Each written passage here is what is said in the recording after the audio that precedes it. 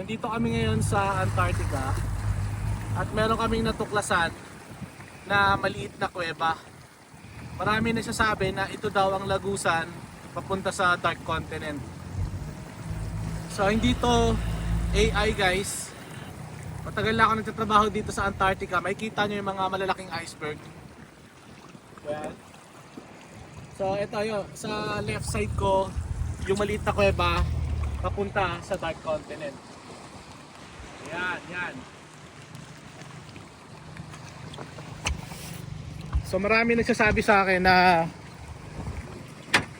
pag pinasok daw yan, makakapunta ka sa mga mundo ng mga halimaw. Marami kasing naniniwala na flat ang Earth. So eto na yun guys. Natagpuan ko na ang lihim na lagusan papuntang Dark Continent. Ito yung naging daan ni Don Freaks, nila Gon. So ngayong araw ay papasukin natin yan.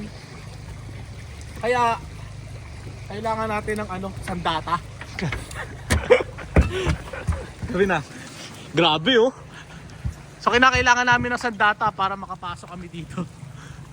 Baka mamaya bulagain kami ng mga halimaw. So ayan, para sa mga naniniwala na flat ang Earth, tama kayo. Totoo nga.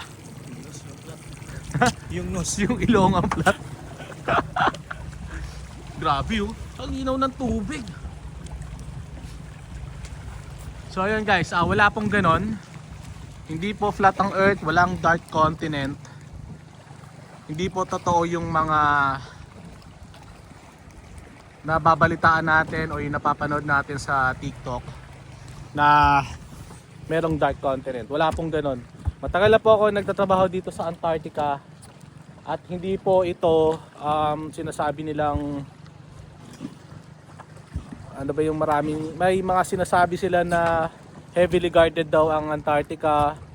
Dito daw makikita yung ice wall, ang barrier ng mundo. So wala pong katotohanan yon. Maraming ice wall dito. Kaya tinawag na ice wall kasi nga hulmang pader. Kaya ice wall. Pero isang malaking iceberg lang po yun. May napakalaking iceberg na tinatawag na A23A. Na-i-vlog ko na yon before sa Facebook ko. Yun ang pinakamalaking iceberg sa buong mundo na may sukat na halos kasing laki ng Cebu. So ganun kalaki yung iceberg na yon. So yun lang po, wala pong katotohanan yung flat earth. Yung mga napapanood natin sa TikTok, hindi po totoo yun. Okay?